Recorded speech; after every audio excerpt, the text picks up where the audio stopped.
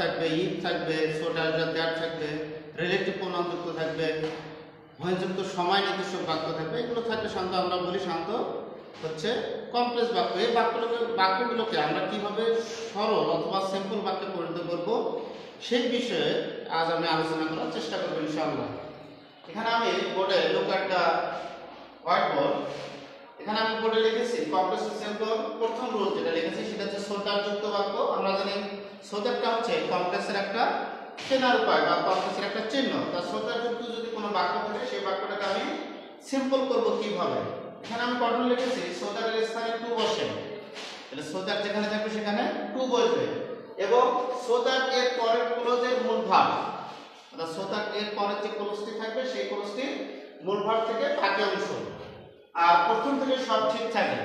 তাহলে আমি বলছি সো দ্যাট যুক্ত যদি বাক্য থাকে সেই বাক্যটাকে আমি সিম্পল করে কিভাবে, সো দ্যাট এর স্থানে টু বসাবো, টু বসানোর পর সো দ্যাট এর পরে যে বাক্যটি থাকবে বা ক্লোজটি থাকবে সেই ক্লোজের মূল ভাব প্লাস বাকি অংশ, আর প্রথম থেকে যা আছে সব আমি তাই লিখবো।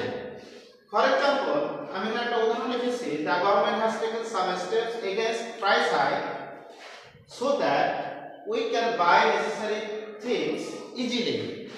আমরা লক্ষ্য করতেছি এক্সাম্পলে সো দ্যাট আছে, সো দ্যাট, তাহলে সো দ্যাট যদি থাকে তাহলে আমরা সিম্পল করব কিভাবে, তাহলে আমরা বলেছি যে প্রথম থেকে সব ঠিক থাকবে, the government has taken some step against price hike, so দ্যাটটা উঠে যাবে, সো দ্যাটের স্থানে কি বসবে, টু বসে, টু